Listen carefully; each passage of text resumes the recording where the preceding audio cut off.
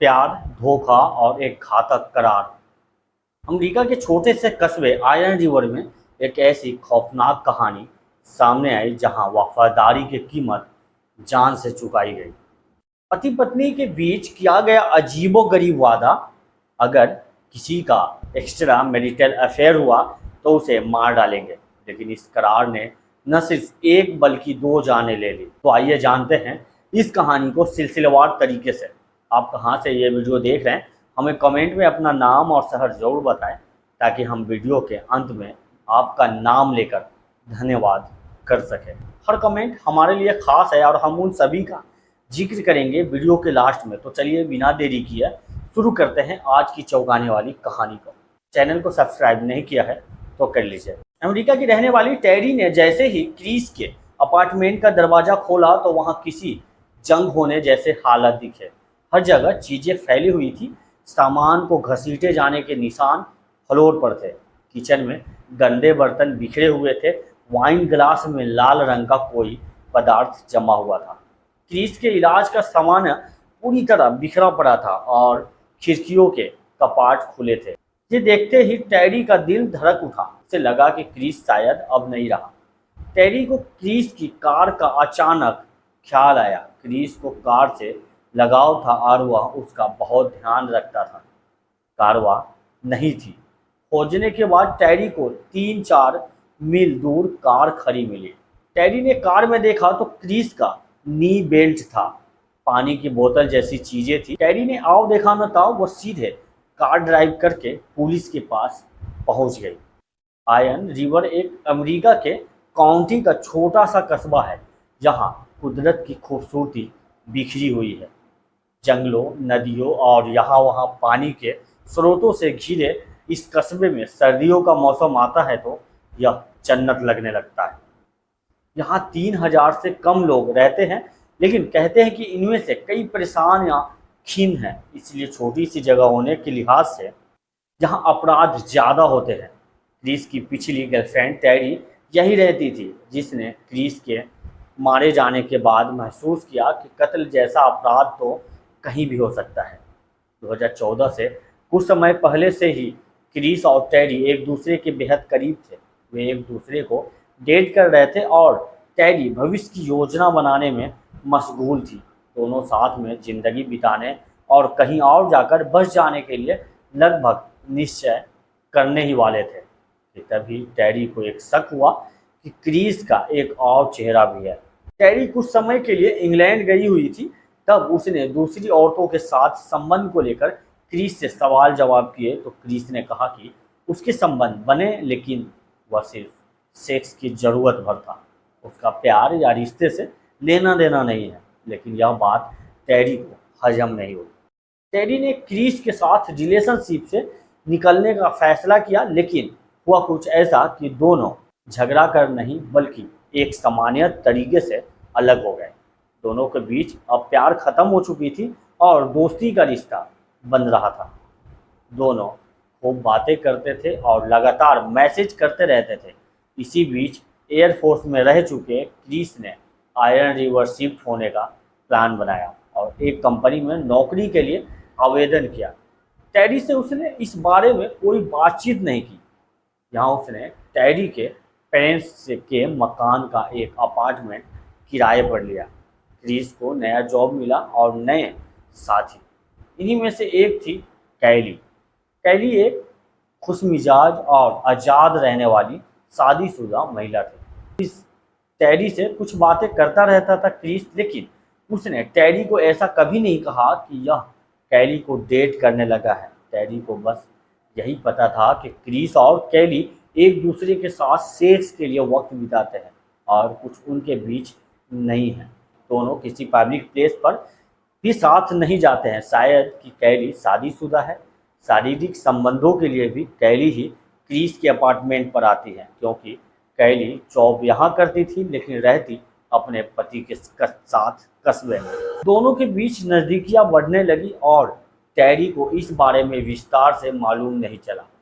उधर कैली के पति जोसन को भी इन संबंधों को लेकर कुछ खबरें मिली तो बीमार रहने वाले जेसन की परेशानियां भी बढ़ गई। इस बीच क्रिस को नए जॉब के कारण घुटनों की तकलीफ बढ़ गई तो उसने जॉब बदलने के बारे में सोचा और नॉर्थ कोरिया में एक डेस्क जॉब मिल जाने पर 2 हफ्तों का नोटिस दिया। क्रिस के साथ कहीं और बसने का टैरी का ख्वाब तो टूट चुका था। अब क्रिस चाहता था कि कैली उसके साथ चले और दोनों वहां साथ रहे। क्रिस के जाने की तारीख करीब आ रही थी, तभी एक रात के उसे अपने घर बुलाया। क्रिस ने टैरी से रूटीन बातचीत कर बताया कि वह कैली के घर जाएगा। टैरी ने सुबह क्रिस को मैसेज किया, लेकिन उसे जवाब नहीं मिला। शाम तक टैरी ने कई मैसेज किया, लेकिन कोई जवाब न मिलने पर जब उसने फ़ोन किया तो फ़ोन लगा ही नहीं। टैरी परेशान हुई और उसने क्रिस के पास जाने की बात सोची। इसी बीच उन लोगों से भी बातचीत की जो क्रिस को जानते थे, लेकिन किसी को क्रिस के बारे में कुछ पता नहीं था। टैरी वहां पहुंच गई और उसने क्रिस के अपार्टमेंट का दरवाज़ा खोलकर जो कुछ भी देखा, उसके बाद टैरी के पास पुलिस की मदद लेने के अलावा कोई चारा नहीं था। उस रात क्रिस जब कैली के घर पहुंचा तो कैली ने उसे सेक्स के लिए आमंत्रित किया। अपना अपनी अदाओं का जाल फेंका और क्रिस भाग गया। इन्हीं पलों के दौरान अचानक एक गोली क्रिस के सिर में लगी और अगले ही पल क्रिस की मौत हो गई। कैली जब अपने हुस्न का जाल क्रिस पर फेंक रही थी, तब उसका पति जेसन वहीं छुपकर दोनों का इंतजार कर रहा था और जेसन ने ही यह गोली अपनी राइफल से चलाई थी। लेकिन बात यहीं ख़त्म नहीं हुई। क्रिस के मरने के बाद अब लाश को ठिकाने लगाने की फिक्र थी। क्रिस का सिर अपनी गोद में लिए बैठी थी कैली और जेसन एक आरी लेकर आया। कैली की मदद से जेसन ने क्रिस की लाश को एक प्लास्टिक रैप कर रख कर उसके टुकड़े किए। इसके बाद इस प्लास्टिक और आरी को एक बैरल में चला दिया। वह बैरल एक खदान के गड्ढे में फेंक दिया गया। अब क्रिस की लाश के टुकड़े को कार में रखकर जेसन और कैली ने जंगल में अलग अलग जगह फेंक दिए और कार को एक पार्क के पास छोड़कर दोनों वापस आ गए। कत्ल की कहानी यही ख़त्म नहीं हुई, क्योंकि अभी एक कत्ल बाकी था।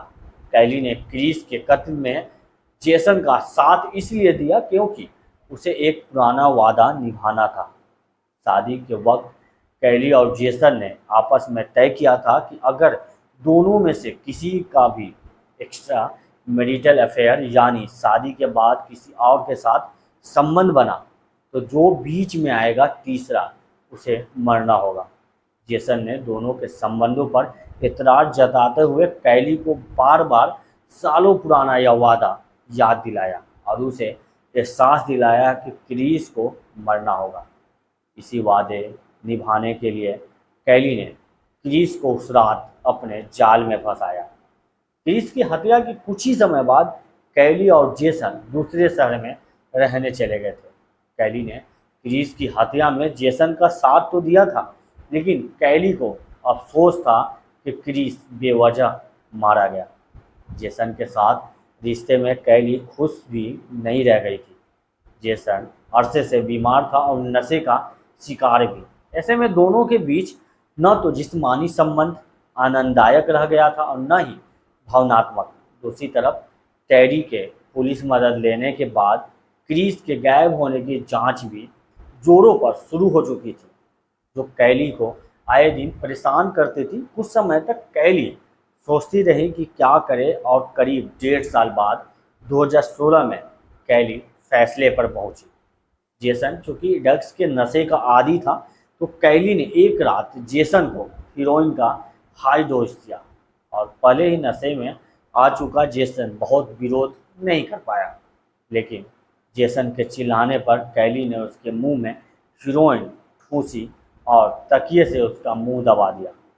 जेसन ने हाथ पैर चलाए, लेकिन कुछ ही देर में उसका दम घुट चुका था। क्रिस के मामले में पुलिस बेतहास तफ्तीश कर ही रही थी और कई सुरागों के जरिए कैली तक पहुंचती कि इससे पहले जेसन की मौत की खबर मिली। जेसन की मौत के मामले में भी जांच हुई और आखिरकार एक दिन कैली को गिरफ्तार कर लिया गया। हालांकि कैली ने बहुत समय तक अपना जुर्म कबूल नहीं किया। जांचकर्ताओं के एक टैब में कैली फंसी और एक दिन उसने मान लिया कि दोनों हत्याओं का जिम्मेदार वही है। क्रिस और जेसन की हत्या के जुर्म में 34 वर्षीय कैरी को अलग अलग सजाएं सुनाई जा चुकी और वह 65 साल के लिए जेल में रहेगी। आयरन रिवर का यह मामला बताता है कि रिश्तों में वफादारी और धोखे का अंजाम कितना खतरनाक हो सकता है। प्यार की तलाश में खोए लोगों ने न केवल अपने भविष्य को बर्बाद किया बल्कि दो जिंदगियों का अंत कर दिया। कैली अब अपनी सजा काट रही है, लेकिन सवाल यह है कि क्या ऐसे करार और जुनून के नाम पर किए गए अपराध कभी सही ठहराए जा सकते हैं? हमें कमेंट में बताइए। चैनल को सब्सक्राइब करना न भूलें। अगली बार एक और सच्ची कहानी को लेकर आएंगे। तब तक के सुरक्षित रहें, अपने आसपास के लोगों का ख्याल रखें और सोच समझ कर रिश्तों में कदम बढ़ाएं। फिर मिलेंगे एक नई कहानी के साथ। तब तक के लिए अपना ख्याल रखिए। Thank you. बाय। जय हिंद।